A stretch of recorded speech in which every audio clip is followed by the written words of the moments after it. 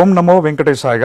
శ్రీవారి బ్రహ్మోత్సవాలలో రెండవ రోజు ఉదయం శ్రీ మలయప్ప స్వామి వారు మాత్రమే 5 తలల చిన్న శేష వాహనంపై ఉత్సవంగా వేంచేస్తారు. భగవద్గీతలో శ్రీకృష్ణ పరమాత్మ అనంతశ్చాస్మిన్ నాగానాం సర్పానాం అస్మిన్ వాసుకి, నాగజాతిలో అనంతుడిని సర్పజాతిలో వాసుకిని అని పేర్కొన్నారు. అందువలన పెద్ద శేషవాహనం ఆదిశేషుడుగాను చిన్న శేషవాహనం వాసుకిగాను సంప్రదాయజ్ఞులు భావిస్తారు.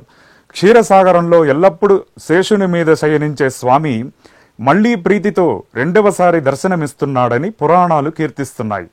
అలాగే శ్రీవారి మూలవర్లకు నిత్యం అలంకరణలో ఉండే ఆభరణాలలో 2 భుజాలకు ఉన్న నాగాభరణాలు ఆదిశేషుడికి ప్రతీక కాగా, నడుముకు ధరించే నాగాభరణ వడ్డానం వాసుకి ప్రతీకగా భావిస్తారు. ప్రతి మానవుని శరీర నిర్మాణంలో మూలాధారం నుండి సహస్రార కర్ణిక వరకు 7 చక్రాలుంటాయి.